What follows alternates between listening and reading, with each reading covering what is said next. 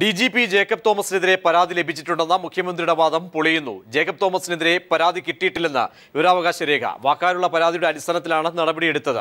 മുഖ്യമന്ത്രിയുടെ ഓഫീസ് നൽകിയ വിവരാവകാശ രേഖയിൽ തന്നെയാണ് ഇക്കാര്യമുള്ളത്. വിശദാംശങ്ങളുമായി ബിജേഷ് ചേരുന്നു.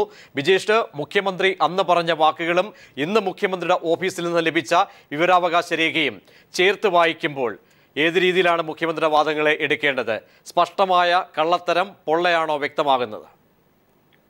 തീർച്ചയായിട്ടും പ്രജീഷ്, അത് കൃത്യമായ ഒരു വസ്തുത തന്നെയാണ്. എന്തോ ഒരു കൃത്യമായ പ്ലാനും പദ്ധതിയോടുകൂടെ തന്നെയായിരുന്നു അന്ന് ജേക്കബ് തോമസിനെതിരെ നടപടിയെടുത്തത് എന്നാണ് ഇപ്പോൾ വ്യക്തമാകുന്നത്. അന്ന് മുഖ്യമന്ത്രി വാർത്താ സമ്മേളനത്തിൽ പറഞ്ഞത് ജേക്കബ് തോമസിനെതിരെ നിരവധി പരാതികൾ ലഭിച്ചിട്ടുണ്ട്, ഇതിന്റെ അടിസ്ഥാനത്തിലാണ് അദ്ദേഹത്തെ തൽസ്ഥാനത്ത് നിന്ന് മാറ്റുന്നത് എന്നാണ് പറഞ്ഞത്. പക്ഷേ പിന്നീട് വിവരാവകാശ പ്രകാരം മുഖ്യമന്ത്രിയുടെ ഓഫീസുമായി ബന്ധപ്പെട്ടപ്പോൾ ലഭിച്ച മറുപടിയിലാണ് ഇതിലെ വൈരുദ്ധ്യം കൃത്യമായിട്ട് മനസ്സിലാക്കാൻ സാധിക്കുന്നത്. മാധ്യമങ്ങളിൽ വന്ന വാർത്തകളുടെ അടിസ്ഥാനത്തിലാണ് അദ്ദേഹത്തിനെതിരെ നടപടി എന്ന് ഒരു തവണ പറയുന്നു. പിന്നെ പറഞ്ഞ ഒരു കാര്യം വാക്കാലുള്ള പരാതിയുടെ അടിസ്ഥാനത്തിൽ ആണ് നടപടി എന്നും പറയുന്നു. ഇത്തരത്തിൽ ലഭിച്ചിരിക്കുന്ന ഒരു പരാതിയുടെ അടിസ്ഥാനത്തിൽ ഒരു പോലീസ് ഉദ്യോഗസ്ഥനെ സ്ഥലം മാറ്റാൻ സാധിക്കില്ല എന്നതാണ് ചട്ടം. വാക്കാലുള്ള ഒരു പരാതി ലഭിച്ചാൽ അത്തരത്തിൽ ഒരു അന്വേഷണം പിന്നീട് നടത്തുകയോ അല്ലെങ്കിൽ റിട്ടേൺ കംപ്ലൈന്റ് ലഭിച്ചാൽ മാത്രമേ ഒരു പോലീസ് ഉദ്യോഗസ്ഥനെ സ്ഥലം മാറ്റാൻ സാധിക്കുകയുള്ളൂ. അതോടൊപ്പം തന്നെ മാധ്യമങ്ങളിൽ വന്ന വാർത്തയുടെ അടിസ്ഥാനത്തിൽ എന്ന് പറയുമ്പോൾ കഴിഞ്ഞ കുറച്ച് നാളുകളിലായിട്ട് അദ്ദേഹത്തെ കുറിച്ച് ജേക്കബ് തോമസിനെ കുറിച്ച് മോശമായ രീതിയിലുള്ള ഒരു വാർത്തകളും മാധ്യമങ്ങളിൽ വന്നിട്ടില്ല എന്നതും ഏറെ ശ്രദ്ധേയമായ ഒരു വസ്തുതയാണ്. ഈ രണ്ട് വസ്തുതയും ചൂണ്ടിക്കാണിച്ചുകൊണ്ട് തന്നെയാണ് ഇപ്പോൾ മുഖ്യമന്ത്രിയുടെ വാദം പൊള്ളയാണെന്ന് മുഖ്യമന്ത്രിയുടെ ഓഫീസിൽ നിന്ന് തന്നെ വിവരാവകാശ രേഖയിലൂടെ വായിച്ചെടുക്കുമ്പോൾ നമുക്ക് മനസ്സിലാക്കാൻ സാധിക്കുന്നത്. അതോടൊപ്പം കേരള പോലീസ് ആക്ടിലെ 97-ാം വകുപ്പ് പ്രകാരം പറയുന്നത് പോലീസ് മേധാവി മുതൽ SI വരെയുള്ള പോലീസ് ഓഫീസർമാരെ കൃത്യമായ പരാതികളൊന്നും തന്നെ ഇല്ലാതെ 2 വർഷത്തിനിടയ്ക്ക് സ്ഥലം മാറ്റരുത് എന്നാണ് ചട്ടം. എന്നാൽ ജേക്കബ് തോമസിനെ സംബന്ധിച്ചിടത്തോളം കഴിഞ്ഞ 2 വർഷത്തിനിടയിൽ അദ്ദേഹത്തെ 5 തവണയാണ് സ്ഥലം മാറ്റുകയും മറ്റു നടപടികൾക്ക് വിധേയനാക്കുകയും ചെയ്തിരുന്നത്. ഇത്തരത്തിൽ ഒരു പരാതികളൊന്നും ഇല്ലാത്ത ഒരു ഉദ്യോഗസ്ഥനെ കൃത്യമായ പ്ലാനും പദ്ധതിയും വെച്ചുകൊണ്ട് തന്നെ സർക്കാരിന്റെ ഭാഗത്ത് നിന്ന് ആക്രമിക്കുക എന്നൊരു ലക്ഷ്യമാണ്.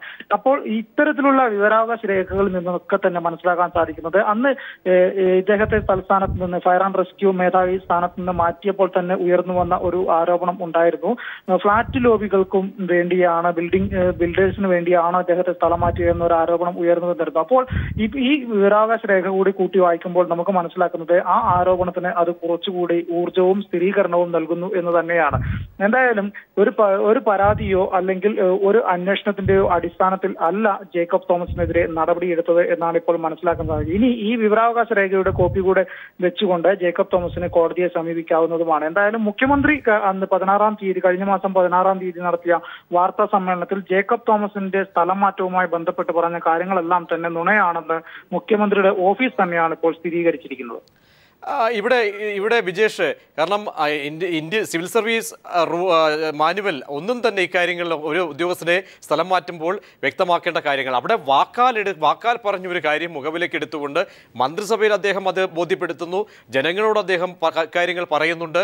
ഇതൊക്കെ തന്നെ ബോധ്യമില്ലാത്ത ഒരു മുഖ്യമന്ത്രിയാണോ? കാരണം ഓഫീസിൽ നിന്നും ഇങ്ങനെ ഒരു വിവരാവകാശമായി എന്തായാലും പുറത്തു വരാനുള്ള സാധ്യത ഇതൊക്കെ മനസ്സിലാക്കാതെയാണോ മുഖ്യമന്ത്രി ഇത്തരത്തിലൊരു നിലപാടെടുത്തിരിക്കുന്നത്? അങ്ങനെയെങ്കിൽ സംശയത്തിന്റെ ആക്കം കൂടുതൽ വർദ്ധിക്കുകയല്ലേ?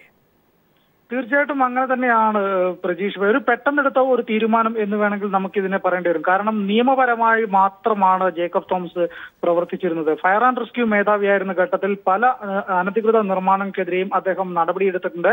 പല അനധികൃത നിർമ്മാണത്തിന് വേണ്ടി അദ്ദേഹത്തെ ചെന്ന് കണ്ടിട്ടുള്ള പലരുടെയും നിർമ്മാണങ്ങൾ അദ്ദേഹം തടസ്സപ്പെടുത്തുകയും അതിന് അനുമതി നൽകാതിരിക്കുകയും ചെയ്തിട്ടുണ്ട്. ഈ ഘട്ടത്തിൽ പല രാഷ്ട്രീയ നേതാക്കളുടെ അടുത്തുവരെ ഈ ബിൽഡേഴ്സും അതോടൊപ്പം തന്നെ ഫ്ളാറ്റ് ലോബികളും ചേർന്നിട്ടുണ്ട് എന്നും അറിയുന്നു. അതോടൊപ്പം തന്നെ മറ്റൊരു കാര്യം കൂടി, കഴിഞ്ഞ ദിവസം K. ബാബു ഒരു വാർത്താ സമ്മേളനം കൊച്ചിയിൽ നടത്തിയിരുന്നു. അതിൽ അദ്ദേഹം പറഞ്ഞത് സർക്കാരിന്റെ ഭാഗത്ത് നിന്ന് എടുത്തിരിക്കുന്ന നടപടികളെല്ലാം നിയമപരമായിട്ട് മാത്രമേ സർക്കാർ ഇതുവരെ പെരുമാറിയിട്ടുള്ളൂ എന്ന് പറയുന്നു.